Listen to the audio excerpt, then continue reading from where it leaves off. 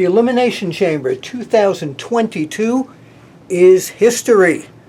Hello everyone, this is Bill Apter down here at Apter's Alley reporting for Sportskeeda.com and BillApter.com, where you can see all my videos. So first of all, before we get to the show, it was great to watch a show here in the United States on premium WWE Peacock, used to call it pay-per-view, during the afternoon. Yeah, I mean, it was good, and it was very well packaged, put together show. But I want to say congratulations to a personal friend and an icon in the wrestling business. Come on over here. Yeah, this guy. Congratulations, you deserve it. You deserve it. You deserve it. Yeah, The Undertaker, finally going into the WWE Hall of Fame. Absolutely amazing. Congratulations. It's, wow, unbelievable. So proud of the accomplishments that he has made during his career. And of course, we so remember Paul Bearer. Ooh, they were wonderful together. All right, so let's get on with quick takes on the Elimination Chamber. The content manager of Sportskeeda.com, and I hope you voted, by the way, at Sportskeeda. Go to Sportskeeda.com and vote for the best of 2021, the awards in so many categories: Babyface of the Year, Promo of the Year, Heel of the Year, Match of the Year, just so much great stuff. Make sure you see it. And you vote. Yes, it's your duty to vote. Okay, so got my official Sportskeeda baseball cap on. We started off with the pre-show match. Well, you know, it's kind, you know, it's an official part of the show, but it's not an official part of the show. The kickoff. All right, and we had Rey Mysterio, the iconic Rey Mysterio, and his son Dominic at his side, taking on The Miz. And again, this is just short recaps here. And Rey Mysterio won that match. Miz was so ticked off during that loss that he went and attacked Rey afterwards, and he was met with Dominic coming into the ring to help his father, and they double 619'd The Miz. Never seen that before. That was Miz in major trouble. So let's go on now to the show. The main show opened with the Universal title match with the champion, the head of the table. Acknowledge him. Roman Reigns against Goldberg. I want to tell you that the crowd during the entrances here were just worth the price of seeing this. I mean, it was incredible. It was a super hot crowd during the whole show. They were really pro Goldberg. And unfortunately, for Goldberg, he was not able to live up to the hype of his words. He just, I don't know, it was a beat off for him. And eventually, you know, he tried to spear. Roman Reigns was able to pretty much handle almost everything that Goldberg gave him. And it was the guillotine that Goldberg finally couldn't continue. And the match ended, and Goldberg lost. It was being an observer of Goldberg from day one until today. It was just very sad to see him lose this match. And we're friends, but if you're watching this, I just hope you won't continue with this. Stay in the pro wrestling business, great, in another role, but not this. Anyway, my score was for that match a 5, and Sportskeeda content manager Raju also gave it a 5. We then moved on to the Women's Elimination Chamber match, and it was a pretty solid match. We had Bianca Belair, the EST. We had Doudrop, Rhea Ripley, Nikki Ash, Liv Morgan, and Alexa Bliss. I had picked, and so did Raju, we both picked Alexa Bliss. So we had, let's see, we had, well, Bianca was totally amazing but she was showboating a bit too much during this match. Alexa Bliss looked fabulous in this match too, but in the end, Bianca pinned Alexa Bliss with the KOD, and she now gets the Raw title shot.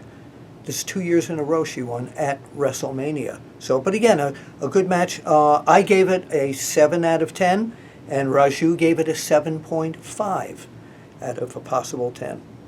We then had Charlotte Flair. Man, did you see that entrance? That was absolutely amazing. And the turn that she did like her daddy used to do.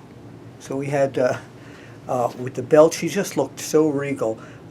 Charlotte Flair and Sonia Deville with one arm in a sling against Naomi and this lady behind me, Ronda Rousey. And the deal was that Ronda had to have one arm tied behind her back. Well, just before the match started, Sonia Deville took her cast off and went, "Ha ha!" It was all to get Ronda Rousey roused up. Obviously, rowdy Ronda Rousey, and I'll tell you something. Naomi looked fabulous in this match. She really did. To me, she was the star of the match. But this all ended with Sonia taking off the sling, as I mentioned. Sonia tapped out to Ronda's arm breaker, so justice was served. I gave that match a 6 out of 10. Raju gave it a 5 out of 10. What did you give it? Drew McIntyre against Madcap Morse and Happy Corbin, of course, with him. Falls count anywhere, no disqualifications, nothing like that. So little did we suspect, I did, but I didn't say anything, but little did we suspect that Corbin would be in there all the time. No DQs, of course, 2 against 1, but it did wind up with Drew McIntyre bringing out the sword and chasing Corbin away, and a Claymore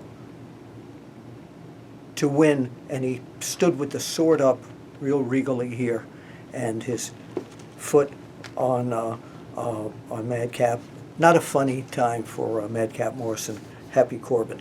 So, yeah, no joking around. Lita against Becky Lynch for the Raw Women's title. This was Lita's first time in a singles match in WWE in 16 years.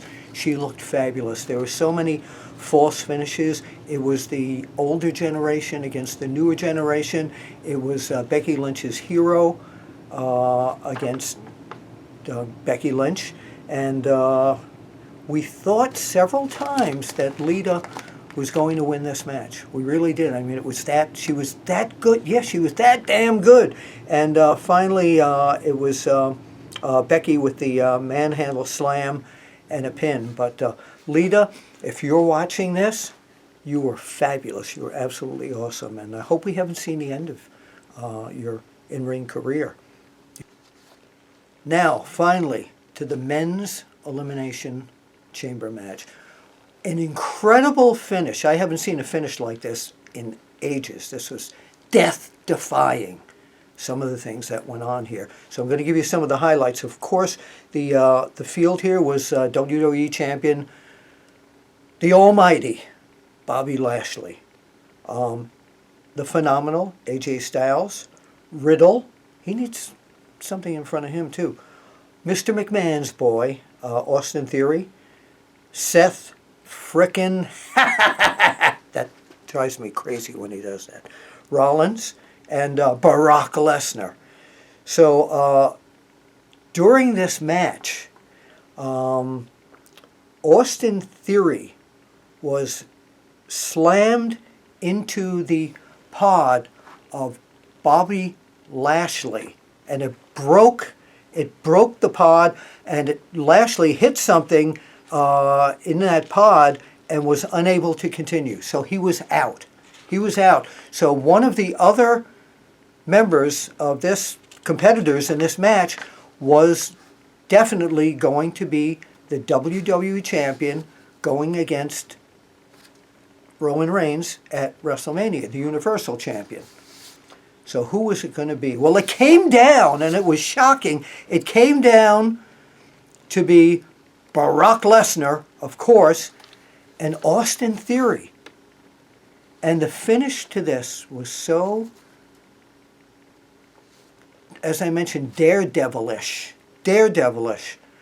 where Theory kept trying to get away from Brock Lesnar, and he climbed all the way to the top of the Elimination Chamber. Lesnar went up to get him. They stood on top of one of the pods. Lesnar picked up Austin Theory, put him on his shoulders, and F5'd him all the way down onto the ring apron there. Unfrickin' believable. Brock came down, pinned Austin Theory. It will now be Brock Lesnar, who was the favorite in this match, but now with the WWE title at WrestleMania against Roman Reigns, the Universal Champion. All in all, I thought it was an excellent pay-per-view. Let me make sure, by the way, for the Drew McIntyre Madcap Moss match, I gave that a 6. Raju gave it a 6.5. So that's it from here at Apter's Alley and Sportskeeda US here in Apter's Alley. I set it up over here. And let's get your thoughts on this Elimination Chamber match. And don't forget to vote for the Sportskeeda.com Pro Wrestling Awards. Go to Sportskeeda.com and you can vote right there. This is Bill Apter, and I'll see you, and you, eventually at the matches. That's a wrap.